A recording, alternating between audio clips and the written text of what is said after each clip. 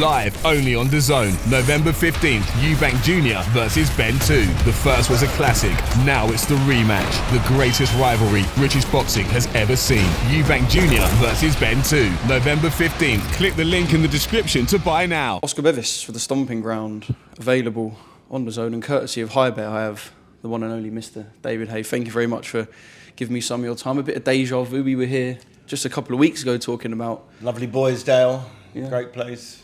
A little cigar lounge here. And some great drinks, great vibes. Yeah, pop down. I was going to say, I can tell if you dim the light, shut the door, you could have a pretty good time. Yeah, you can, yeah. There's been a good night had in this establishment over the years here in Canary Wharf, so pop down. Yeah, I won't ask any secrets. Yeah, like I said, we was here a couple of weeks ago talking about Fabio Wardley and Joseph Parker, and now we're headed into another big week for British boxing. Some people are quite happy with the narrative, the way it all played out first time, and are happy to draw a line under it. Some people are desperate to see it again because it was such a good fight. Where do you stand on Eubank Benn 2, David? I'm very happy to be seeing it again. Both fighters couldn't have given any more than they had on their night. On the night, you know, they gave everything. There was nothing left in the tank from both fighters. I believe you could see the size difference as the fight went on. Conor boxed out of his skin. I didn't know Conor had that many gears. I didn't know he had that type of skill set. That I knew he had the ferocity against smaller guys, but against a bigger guy, it's all. I know what it's like fighting big guys. My whole career, I fought guys 2, 3, 5 stone bigger than myself. The biggest guy. The biggest guy. So I understand what it's like. There's one thing talking about. You got to have a real good strategy to make that size differential count. And he did a great job. You know, he won a bunch of rounds. I had him losing by a couple of rounds, but it was a good close fight. So I'm happy to be seeing a second fight. Every single person in the crowd there got their money's worth. Everyone was buzzing. It was a massive shot in the arm for British boxing, even world boxing. There was no world title fight on the line, but it didn't need to. You know, the narrative and storyline with their fathers. It was like a perfect night. Yeah, you mentioned the fathers, and obviously, look, this fight is as big as it is because of Nigel, because of Senior. I just want to reference something that Simon Jordan said literally about 45 minutes ago to Eddie on TalkSport. He said, the rematch is rewarding mediocrity. They're living off their father's name, which I think they will both accept, they both acknowledge. But that, because it wasn't at the level of the fathers, the rematch is rewarding mediocrity. Is that a harsh take? I completely disagree. I don't think there's anything mediocre about their first fight. I think you could have put a world champion at welterweight in there with Conor, or a middleweight in there with Benn, who hold versions of world titles, and you would have got a world-class performance. They probably have won, but it was world-class. Everything about the performances was, in my opinion, was what you expect at the highest level of boxing. You know, they're giving everything. They're showing great skills. The offense from Conor Benn, and the slick skills from Eubank Jr. It was, you know, I think it was great boxing. That fight would have got a lot of young fighters interested in boxing. They all want to be part of nights like that. It was, you know, obviously no world title online, but some fights are bigger than world title fights. You know, I've had big fights that had no world title fight. Me and Tony Bellew, there's no title on the line. It wasn't about the titles, it was about the story, the narrative. You know, how excited are you to wait for that first bell? And the anticipation before this fight and before Saturday's first bell will be palpable. Yeah, and the pay-per-view numbers in your fight with Tony showed exactly that. It's all about excitement and demand. I mean, you will know better than anyone, especially those listening to this, and definitely me. Can you explain what it's like going to those dark places, those trenches? Can you even put into words what it's like when you might be running on pretty much 0.1%? It's hard to put it into words, because unless you've been there, you don't know. But both fighters were in that zone, clearly. From quite early in the fight, they were in reserves, and they were sort of conjuring up whatever they had. They were fighting like their lives depended on it. And that's the energy you want when you're watching a big fight, particularly a grudge match. You know, there was nothing saved in the locker from either fighter. But what I do know is their first fight, as entertaining as it was, I believe Conor boxed better than he's ever boxed before. He showed me stuff I didn't know he could do, a toughness, a resilience, a punch variety. He was super fast. He was throwing punches from nice angles. Chris Eubank Jr., I think he underperformed the first time. I'm fully aware that training camp didn't go perfect. that wasn't the best version of Chris Eubank Jr. I'm unsure of how good Conor was. I wasn't part of his team. I haven't seen anything behind the scenes, but I'm very aware that whatever Chris brought in his first fight, this fight, going by the word around the campfire in his Jamaran session in his training camp, this is a very different proposition for Conor. So Conor would have learnt a lot from that. I think I saw an interview of him explaining how, the strategy he had going into that fight, his head ruled his body, and he just went crazy and started throwing crazy combinations, which were effective, but they could have been strategized better. And I'm very interested to see I think the boxing quality will be better this time than it was the first time. Does that make it a more entertaining fight or not remains to be seen. Yeah, when you talk about the boxing quality being better this time, will the physical quality be better? I remember you quite vividly saying in an interview with someone last time, if you want the best Conor, that's at welterweight.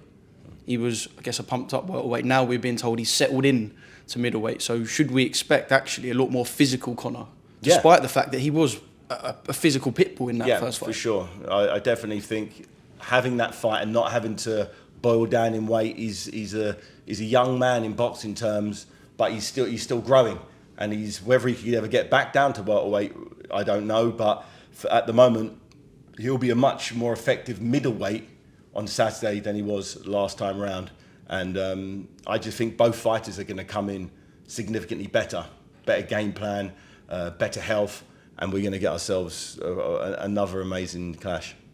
Just before I push you for a winner between the two, I just want to know how you think Chris Eubank Jr. will be remembered in British boxing. He's a bit of a Marmite figure, let's say. He's quite cold and calculated. He's been very heavily criticised at times, but he's earned a lot of money out of the sport. He's had, 3-4 pay-per-view nights, never become a world champion, which he still could if he's to beat Conor and fight at 160 for a belt. How do you think Junior will be remembered in British boxing when he does hang up the gloves, which we presume won't be too far away? I think it solely depends on this result. If he gets knocked out in his next fight, he won't be remembered for he'll be remembered for this. Effectively, he'll be remembered getting knocked out.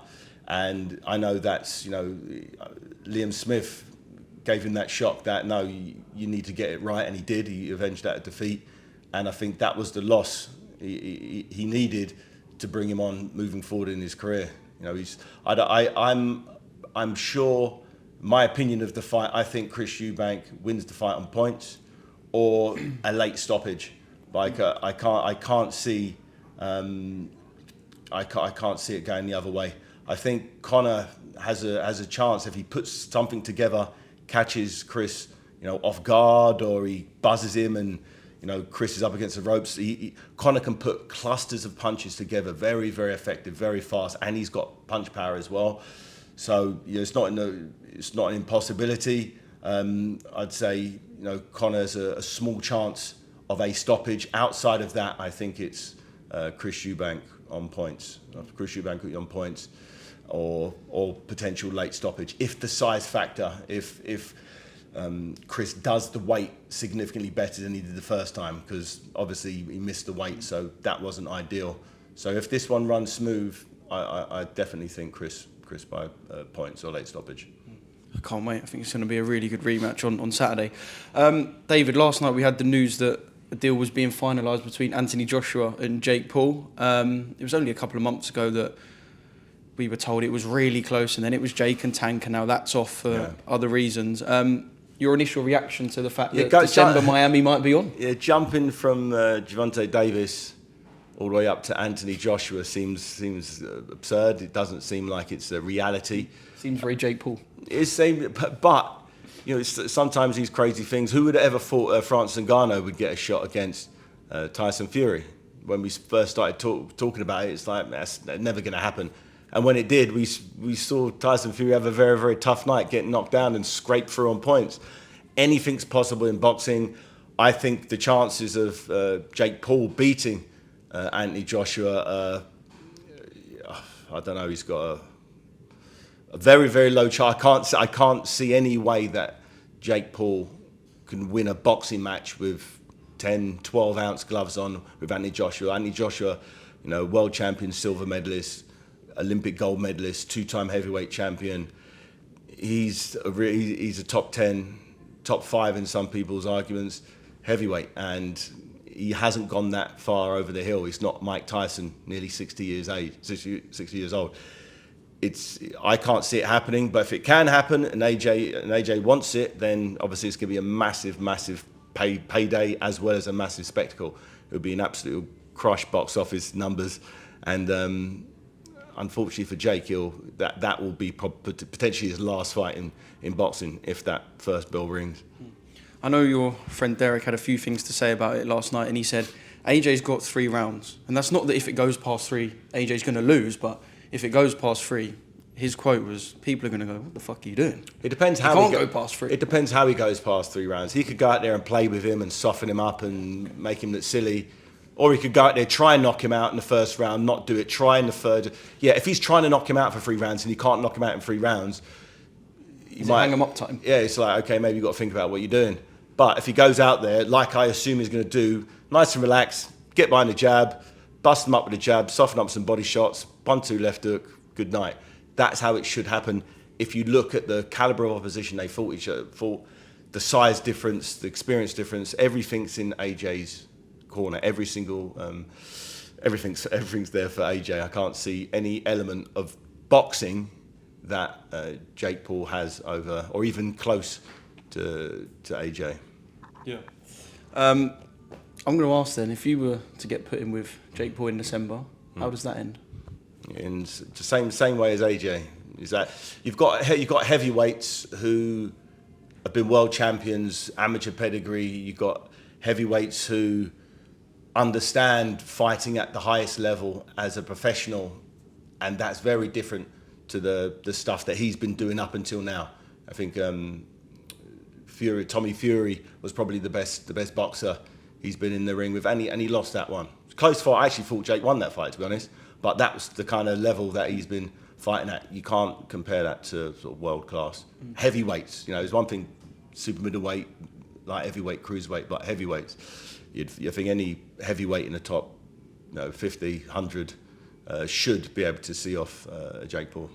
Just finally, do you think he can, or actually I'll ask, how far can he get taught to, Jake Paul? He picked up boxing late, he's around the best trainers. I think he looks great. I think he looks great. At the level that he's fighting, he's going the right way. The fights that he's had, remember, he hasn't had a big amateur experience, so he's been able to kind of work his way through, fighting MMA fighters with no real boxing background. But he's improved. He's got a good coaching team. He lives the life. He trains. He's a good young cruiserweight prospect who could, in a couple of years, if he works his way up, fight for a world title. But does he need to do that? Maybe he's big enough where he doesn't even need a world title. He could probably create his own world title, so.